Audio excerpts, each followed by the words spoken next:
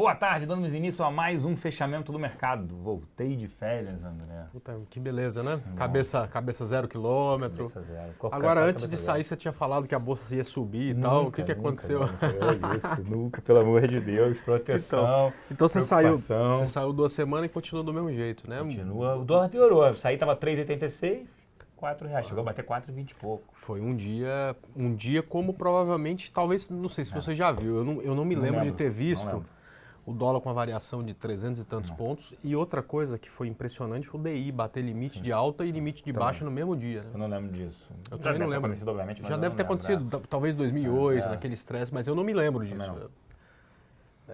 E depois disso... A bolsa está pior. A bolsa está pior, está aí num ponto de suporte importantíssimo do gráfico diário, que eu achei que não seria mais testado, mesmo sem ter perda de investimento grade, sem nada, está lá o preço. Aliás, o setor financeiro caindo muito, provavelmente precificando até a perda do investimento grade. Sim. E, banco enfim, sofrendo. todos os bancos sofrendo. A gente está falando, a gente não pode falar sobre Petrobras. Avisei hoje de manhã, avisei no Super Connection, nós estamos restritos. Nós estávamos restritos em Vale, não estamos mais na semana passada, mas passamos a ficar restritos Mas tem mais outros 150 ativos para falar, então tem muito assunto. Tem ainda muita mais coisa para falar. Tiveram também relatórios aí de casas concorrentes, né, também falando sobre bolsa, que está negociando a um prêmio de 8% em relação aos múltiplos dos últimos 10 anos. Se tirar Petro e Vale, negocia com 18% de prêmio. Então estava discutindo um pouco isso de nível. Ou seja, de a bolsa ainda não está barata, né? Não acho barato, eu acho ok agora, mas também não é cara. Mas é ok. Tem alguns ativos ali interessantes, principalmente olhando o setor bancário, mas não anda. Né? Mas vocês falam que está barato. Hoje, por exemplo, Itaú está quase 0 a 0 e a bolsa caindo 2%. Pelo menos está segurando. E até Itaú abriu bastante para Bradesco. Até me questionaram isso.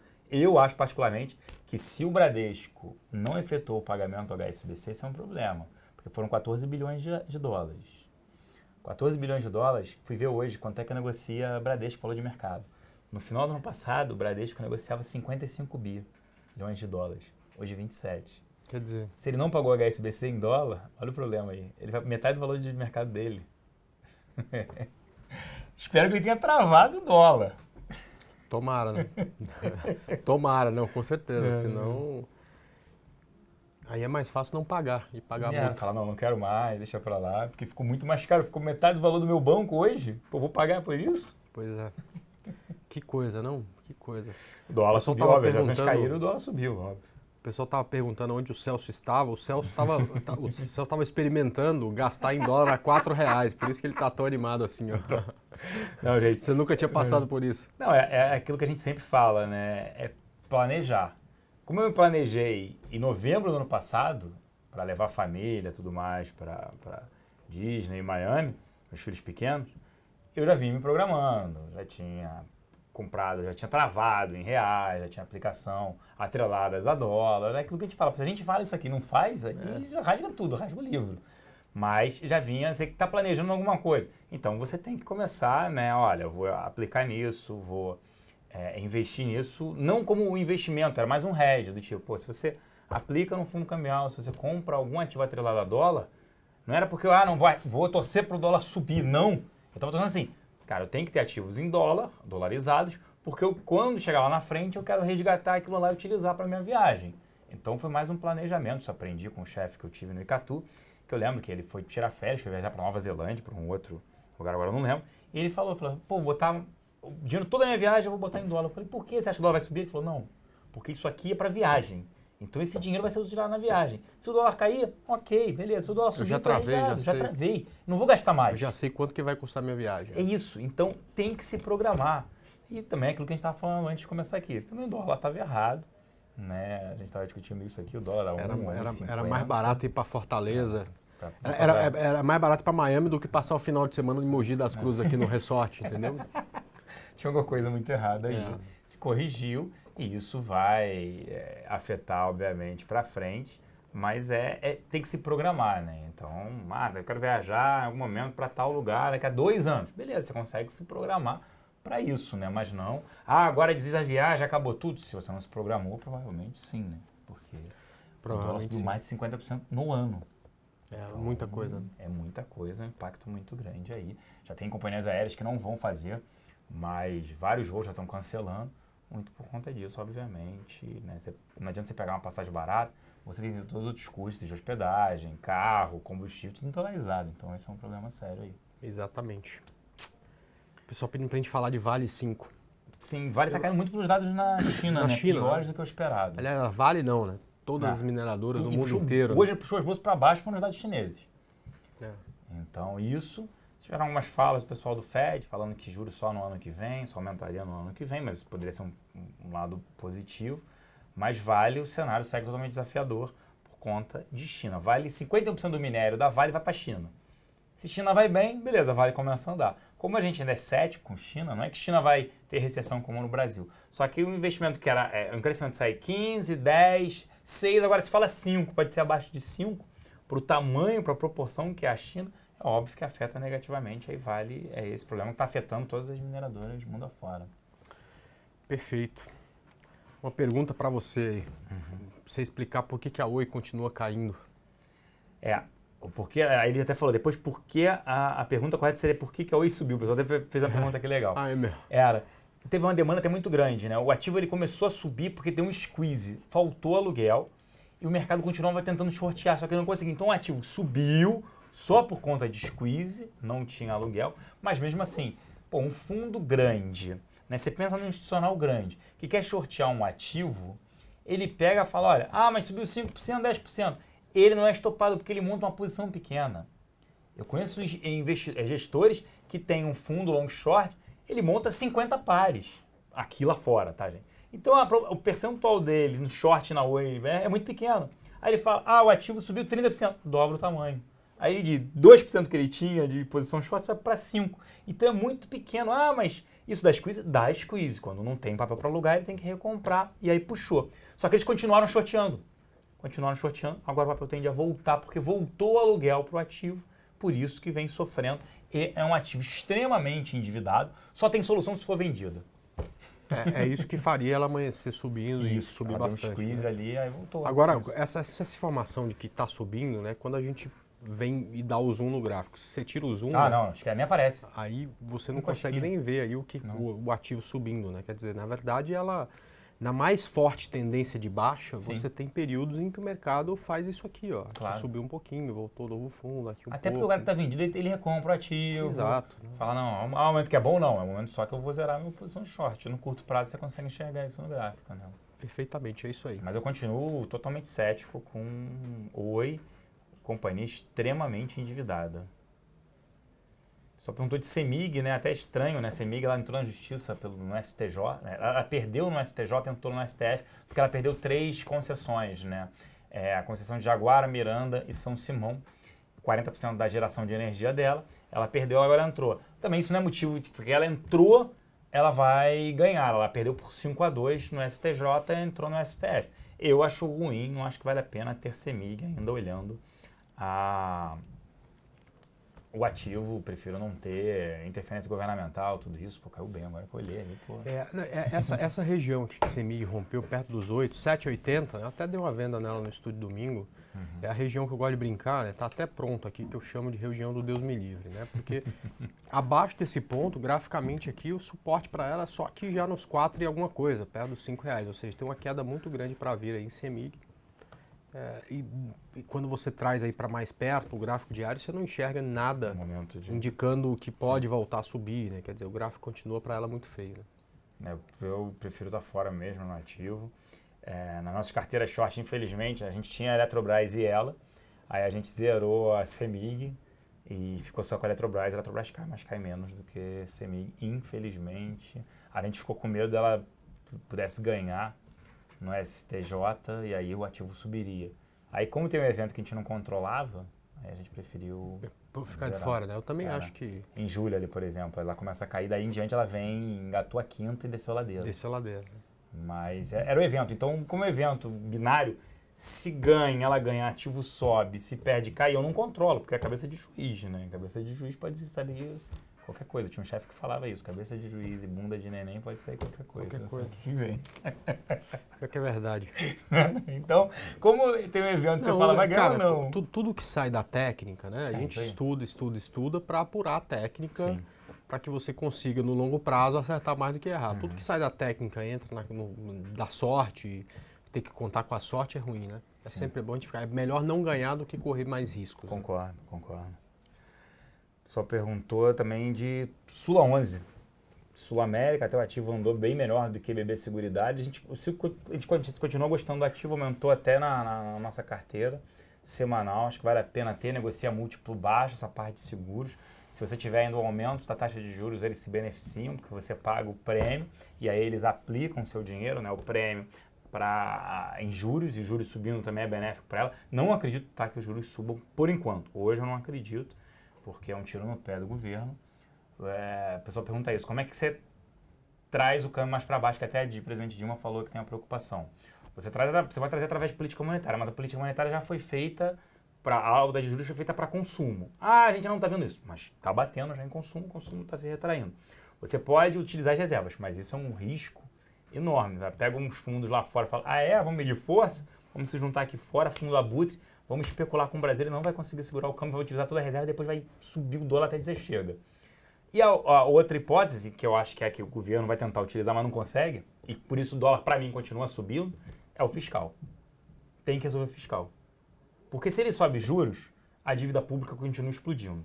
Se ele usa reserva, o cara de fora falar, tem 370 bi de reserva, porque 100 bi é swap, beleza, vou amassar eles. Eu tenho condições de unir alguns fundos aqui e amassar o Brasil para não ter reserva. Aí a situação é muito perigosa e você brigar com fundos que você não sabe até onde vai o limite que o cara tem.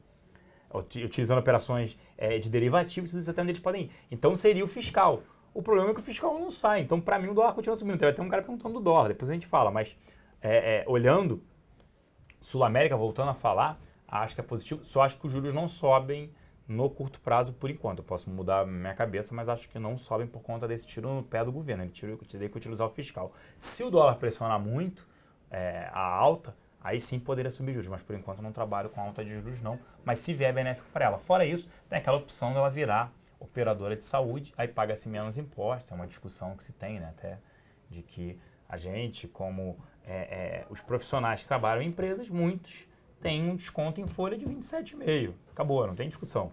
O cara que presta um serviço, como empresa PJ, é de 8% a 15%. Então, essa tributação de mudar. Tem várias coisas para se fazer, a gente vai ficar debatendo sobre várias coisas aqui, mas Sul América é um bom investimento nesse patamar de preço, 8 vezes lucro, negociando a múltiplos baixos. Perfeito.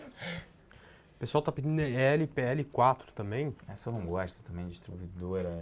Ontem a gente falou dela no estúdio de domingo. Na verdade, não foi qual o meu, mas ontem o pessoal falou, era um ativo interessante aí para venda, caso caísse abaixo desses 10,94, que foi isso que aconteceu aí. O alvo fica para 7,24, stop acima de 12,18. Do que eu falei do estúdio de domingo, 3 ações deram venda. E uma delas foi a Eletropaulo. Não, a Eletropaulo não foi eu que falei. Tá. Uma foi a VEG, a gente vendeu no 15,60, ela tá lá. A outra foi a Stack, a gente vendeu aí no rompimento de 11,78, ela tá um pouco abaixo. Caraca. E uma foi TOTUS, e ela tá um pouco acima. A TOTUS, eu brinco nessa região de Deus me livre, né, que é um ponto importante no gráfico, e ela tá exatamente em cima de uma região como essa, né, então até coloquei aqui a região do Deus me livre, porque abaixo desse ponto, né, o suporte aqui é muito aqui embaixo. Então ela se segura aí ou ela provavelmente vai dar felicidade para os vendidos. Vamos ver se isso acontece nos próximos dias. Ótimo. Mas a Eletropaulo também ficaria de fora. Não acho que vale a pena ter o ativo. O distribuidor de energia subiu muito por conta de aumentos tarifários, bandeira vermelha, amarela, aumento de energia, mas isso foi só um repasse para o consumidor. Em consequência disso, quando você tem um aumento do custo da energia, você tem uma queda no consumo. Por incrível que pareça, quanto mais baixo tiver o preço da energia, melhor para ela, né? Porque você tem um aumento no volume, porque ela só repassa. Ela só liga, ela só distribui, como o nome fala. Então ela vai repassar o aumento para o consumidor final. Mas se você tiver um preço cada vez menor, é melhor, porque você tem um aumento no volume. Aumento no volume é preço-volume. Para ela, mas se o preço é maior, ela ganha mais. Não, porque ela tem que pagar a geradora. Então o melhor é que o volume, né? Você tem... A receita dela é formada por preço e volume. É melhor que o volume suba e o preço diminua. Mas para ela não, porque aí o volume maior vendido ela ganha mais, porque ela está transportando, né? Entregando mais energia. Correta, sim. A análise. né? Até a pessoa falou de dólar aqui, o pessoal tinha falado, pô, eu falei acho que março desse ano, né? Fiz até com Rafael Figueiredo um programa na Infomoney, e aí o dólar tá 3,30, poderia chegar a 4, e também fiz com um outro profissional do mercado. E, pô, depois que chegou a bater 2,90, alguma... Pô, parecia que não ia, né? Que absurdo, né? Rompeu 4, subiu até mais rápido do que eu imaginava. Aquilo que eu falei no início, acho que o dólar continua em alta por conta do fiscal, por conta dos problemas domésticos que nós temos. Então, temos um governo atuante, Planalto que não... O Congresso Planalto, a briga continua, não termina, e cada vez a situação no país mais frágil, né? Se resolvesse fiscal, o dólar tenderia a voltar. Ou isso que eu falei, se desse um choque de juros, igual a Rússia fez. Eu não acho que isso vai acontecer, gente. Mas se der um choque de juros, num momento, no curto prazo, o dólar cai. A Rússia fez isso. Se dá 3 ajustes de 1%, ou dá um de 2% e um de 1%. Caramba. Que aí atrai capital, não é o melhor capital, mas atrai, mas a dívida do Brasil explode. Então esse é um risco. Aí não acho que o governo ainda vai correr isso agora. Mas seria um choque para falar, vamos estancar essa cara do dólar. Só que aí a situação não melhora do país. Aí depois volta de novo. Aí o país fica com dólar de novo alto e com taxa de juros pagando uma dívida absurda. Então, mas o governo... Se a Dilma falou que está preocupada, tem que estar preocupada mesmo. Mas o que você acha do dólar? Ah, cara, não é uma tendência de alta forte. Qualquer volta até as médias aí é para pensar em comprar, né? Eu assim, para entrar em operação agora no dólar na compra é muito complicado. Eu não pagaria 4,10. É brabo, né? 4,10, estão fechando a 4,10. Né? Eu acho que é pra cima, é isso que a gente tá discutindo, mas tem que pegar os movimentos mais bruscos, né? Um dia de queda. Já não é tão fácil mais, né? Não. Aí já me perguntaram, pode ir a 6, tem gente falando que se corrigisse o dólar, eu já ouvi falando. Que é 7,50 porque se corrigisse o dólar de 2002. Inflação, isso. Pô, pode botar na planilha, pode tudo. Mas por mais que a gente esteja num momento ruim agora, a situação que a gente tinha em 2002 era bem pior, né? A gente não tinha reserva. A gente não tinha reserva. A gente tinha que pedir, pelo amor de Deus, para não ter esse fundo abutre aí que você estava falando, porque se tivesse, o cara levava o dólar para 20. Hoje era, para onde ele quisesse. Hoje não, a gente ainda tem. Pode utilizar reserva, pode utilizar juros. Os juros eram extremamente altos naquela época, hoje são, por mais que seja 14,25, mas dá para dar um choque de juros. Naquela época não dava. E credibilidade. Apesar de tudo, nós temos uma situação melhor. Mas acho que a tendência do dólar é de alta. Aproveitar um movimento de queda e, de repente, algum anúncio do governo, para aí sim comprar, alguma coisa assim. Né? O pessoal está falando de se Sula é melhor aguardar agora ou se vai tocar a LTA e subir. Bom, graficamente, né, por enquanto ela tá corrigindo, né? Sim. A gente deu compra nela aqui, Celso, mas eu estou fazendo o seguinte, eu fico semana comprada, sexta-feira 0, e eu consigo provar para todo mundo que duvidar que isso dá mais dinheiro do que seguir tendência de 3, 4 semanas, porque o mercado tem tido muita virada, né? Sim. Então ela tem que romper pelo menos um pivô do gráfico de 60. Nesse momento eu vejo compra em Sula no rompimento de 18,44, desde que não rompa esse fundo aqui, que está perto do 17,22, tá? Então tem que tomar cuidado ainda. Ainda precisa o preço trabalhar um pouco aí para a gente ter mais segurança nessa compra. Não acho que é esse o ponto ainda, tá? Boa. E aí perguntaram do setor siderúrgico todo, Gerdau, Uzi Minas e CSN. A gente não recomenda exposição a nenhum, até inclusive está short em Uzi Minas, tá? Nenhuma exposição ao setor. Eles vêm falando, óbvio, o dólar beneficia o setor, sim, porque protege a indústria local, porque a importação fica mais cara, preços em dólar. Em compensação, a gente não vê uma recuperação na economia. Então, Uzi Minas e CSN, elas fazem chapas. Chapas são utilizadas mais em quê? Geladeira, fogão, máquina de lavar e automóveis. Pô, vendas disso para baixo, caindo ali 20% olhando ano contra ano. Gerdau, aços longos. Aços longos é utilizado o quê? Na construção. O que a gente tem visto? Empresas lançando menos, vendendo menos e aumentando o distrato. Obras também paralisadas até pela Operação Lava Jato. Tudo bem, Gerdau é um pouco mais protegida porque tem 50% do seu resultado vindo dos Estados Unidos, que está melhor. Mas mesmo assim, olhando para o fundamento, não é momento de entrada, mas é óbvio que é um setor que ele tem, principalmente os em Minas, tem um beta muito alto, é 1,40 o beta. Então, em momentos, às vezes, da squeeze, momento que o ativo sobe bem... Esses dias aí, se a CNA subiu mais de 50% de um dia para o outro. Já voltou tudo, mas subiu. Né? Esse é o problema que estopa, às vezes, de não ter aluguel, isso machuca.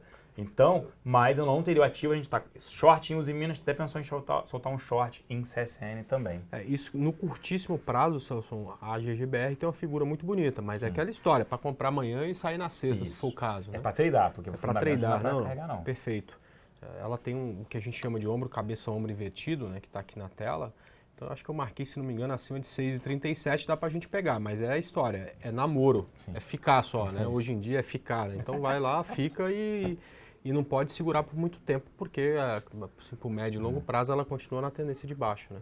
Sim, mesma coisa, a gente tá só mais negativo mesmo com os Minas CSN. O Gerdau teve um problema ali da Goal, comprando alguns ativos, botando para dentro, acabou também afetando um pouco a companhia, mas os Minas CSN eu diria que tem de mais a sofrer, porque essa parte de chapas e a exposição no mercado doméstico. Lembrando, a Minas, ela desligou um alto forno em Ipatinga, Minas Gerais, e um em Cubatão, São Paulo, né? Próximo aqui ao litoral. Perfeito. Só está me perguntando se um corte daqui de rating pela FIT deverá afetar o mercado ainda mais. O Wilson está perguntando. Eu acho que já foi boa parte disso. Precificado, né? Precificado, né?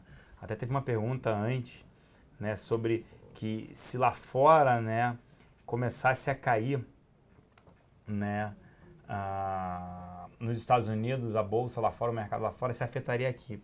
Tem que lembrar que aqui... Durante toda a alta do mercado lá que caiu. Aqui caiu. Existe, é claro, em momentos de muito estresse, uma correlação interessante. Hoje o mercado estava caindo quase 2%. Provavelmente parte da nossa queda aqui se deve a isso, né?